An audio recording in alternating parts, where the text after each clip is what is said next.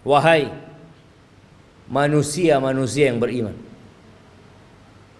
saya wasiatkan kepada diri saya dan kepada semua yang hadir di tempat ini agar senantiasa bertakwa kepada Allah Azza wa Jalla. Hanya mereka yang diterima amalannya, hanya mereka yang akan hidup berbahagia, hanya mereka orang-orang yang sukses di dunia dan di akhirat. Allah Jalla Jalaluh mengulangi perintahnya, dan para rasul menyampaikan berulang kali, dan para pewaris Nabi diteruskan perintah itu untuk mereka. Ya ayyuhalladzina amanu taqullah, wahai orang-orang yang beriman, bertakwalah kalian kepada Allah. Kalimat yang sering kita dengar, yang terus diulang-ulang, karena kita memang sering lupa. Haqqa tuqatihi, ketakwaan yang sebenarnya bukan sekedar tulisan yang dipampang, bukan sekedar ucapan yang diungkapkan, tapi sesuatu yang diyakini oleh jiwa kita, kemudian diucapkan dengan lisan kita, dan dipraktekkan dengan raga kita. Dan Allah mengatakan wala tamutunna illa wa antum muslimun. Kalian jangan mati kecuali dalam kondisi Islam. Yang menjadi standar orang baik bukan sekarang, tapi tatkala ajal menyebut kita. Jamaah rahimakumullah, setiap hari kita keluar rumah kita, orang-orang juga keluar dari rumahnya.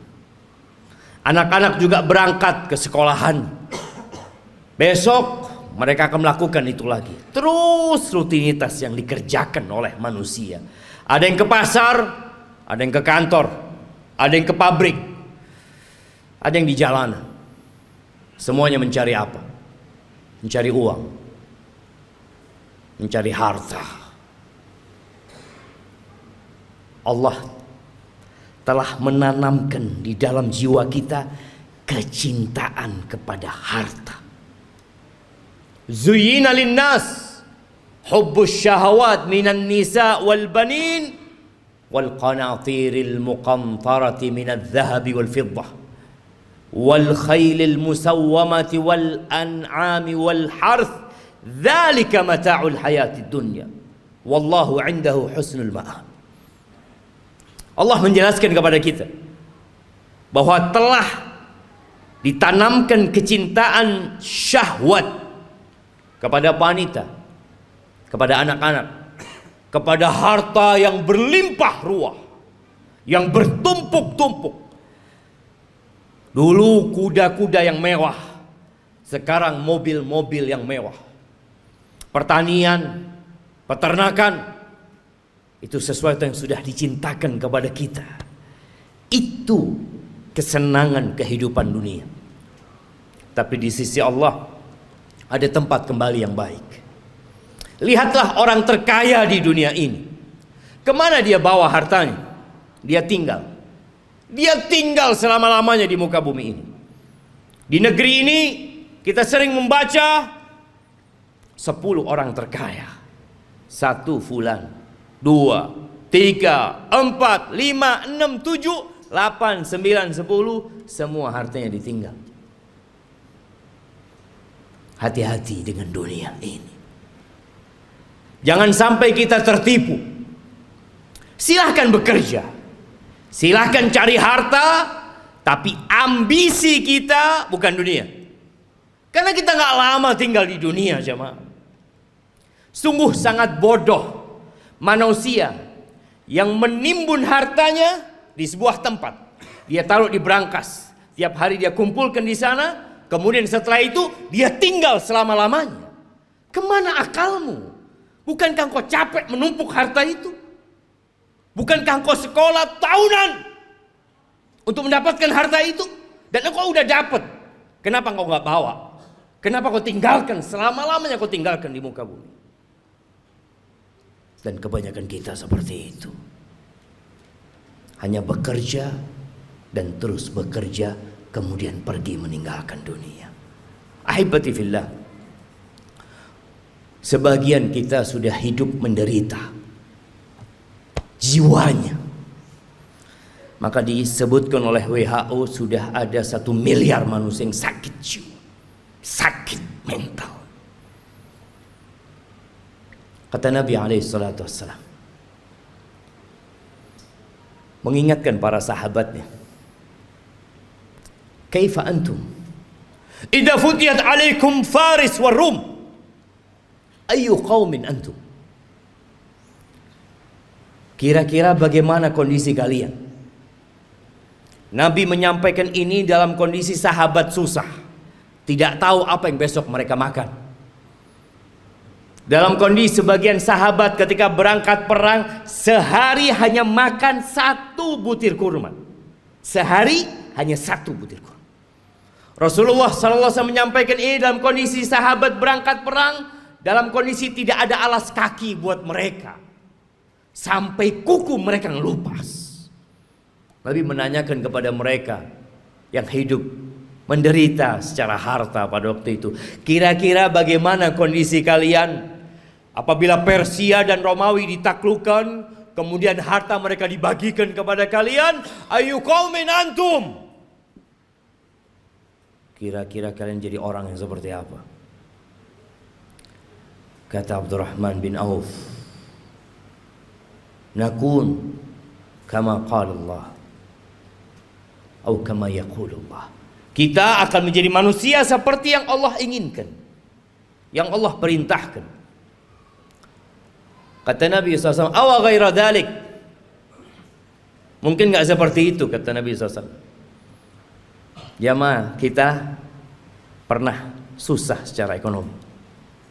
Ingat dulu mungkin ketika motor kita motor bekas. Ingat dulu ketika kita sebagian belum menikah, nggak punya apa-apa.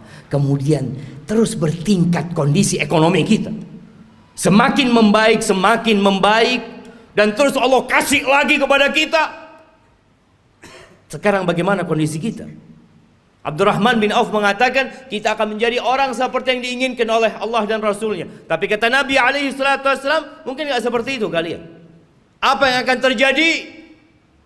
Tatanafasun. Yang pertama, kalian akan bersaing. Udah punya harta banyak, yang seharusnya hidup tenang, sakit jiwa. Terus dia bersaing.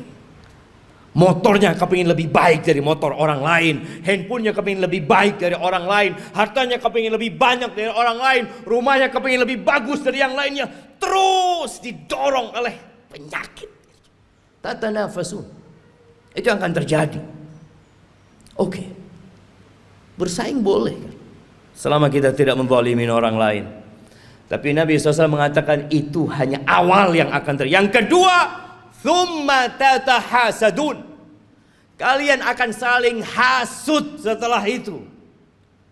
Karena dunia ini sempit, jamaah. Kursi-kursi itu terbatas. Kalau sudah ada yang duduk di sana, yang lain nggak bisa duduk di situ. Dia harus turunkan dia. Dia harus menggantikan posisi itu. Kalian akan saling hasud. Kita lihat orang-orang yang di pasar. Bagaimana kondisi jiwa mereka. Yang mungkin tampak sehat-sehat menurut kita, tapi sakit jiwanya. Nabi menyampaikan kalian akan saling iri. Kalian akan saling hasud. Gak suka orang lain lebih baik dari dia daripada sisi. Gak suka dia. Padahal saudaranya Muslim, yang seharusnya dia bergembira dengan kegembiraan saudaranya, yang seharusnya dia cinta kepada saudaranya seperti dia mencintai diri dia sendiri. Tapi itu tidak terjadi. Kalian akan hasud, akan iri. Selesai enggak? Yang ketiga, thumma tatadabarun. Kalian nggak saling bertegur sapa, nggak kepingin ketemu. Kalau ketemu sama saudaranya sakit hatinya. Selesai? Belum. Yang keempat, yang akan dibawa pulang, yang akan dibawa tidur, yang akan dibawa makan, thumma tatabaghadun. Kemudian kalian akan saling membenci. Kalian akan bermusuhan dengan saudara kalian sendiri. Ahibati fillah. Itu penyakit yang sudah menimpa kita. Nabi alaihissalatu wassalam mengatakan, dabba ilaikum da'ul umam. Sudah menyerang kalian penyakit-penyakit umat yang sebelumnya. Iri dan dengki. Ahibati fillah, tidak dilarang kita mengumpulkan harta, tapi tolong niatnya yang diperbaiki. Rasulullah sallallahu alaihi wasallam ketika melihat ada seorang sahabat yang bekerja keras mengumpulkan harta, kata orang-orang di kalangan sahabat yang lainnya mengatakan, laita hadza fi sabilillah. Aduhai kalau kekuatan dia, energi dia itu disalurkan di jalan Allah, di jihad fi sabilillah. Maka Nabi mengatakan kepada para sahabatnya, lau kana yas'a, kalian tahu kalau orang ini keluar bekerja dalam rangka memberikan nafkah kepada kedua orang tuanya yang udah sepuh, fahuwa fi sabilillah, dia di jalan Allah. Yang kedua, lau kana kharaj yas'a ala auladin lahu sighar, kalau dia bekerja dalam rangka niatnya memberikan nafkah kepada anak-anak yang masih kecil, fahuwa fi sabilillah, dia di jalan Allah. Jangan diremehkan dia bekerja. Yang ketiga, in kana kharaja yas'a yu'iffa nafsah, kalau dia keluar bekerja dalam rangka menjaga kehormatan dirinya agar dia tidak jadi benalu di masyarakat, dia tidak menyusahkan orang lain, dia sedang ingin menjaga kehormatan dirinya, nggak ingin minta-minta sama orang, fahuwa fi sabilillah, maka dia pun di jalan Allah. Tapi yang keempat, in kana kharaja yas'a riya'an wa mufakharatan, tapi kalau dia kerja dalam rangka riya, pamer, dalam rangka berbangga-banggaan dengan harta dia, fahuwa fi sabilis syaitan, maka dia di jalan syaitan. Jangan sampai tiap hari kita keluar rumah kita, kita sedang berada di jalannya syaitan. Bekerja hanya untuk berbangga-banggaan, hanya untuk pamer kepada orang lain. Hibati fillah, berapa banyak dari orang-orang yang kita kenal yang telah pergi meninggalkan dunia ini, dan kita tahu hasil usaha dia, rumah yang dibangun, motor yang dimiliki, dan harta yang lainnya nggak dibawa. Nabi alaihissalatu wassalam mengatakan, yatba'ul mayyit thalath, yang ikut jenazah kita kalau kita mati 3.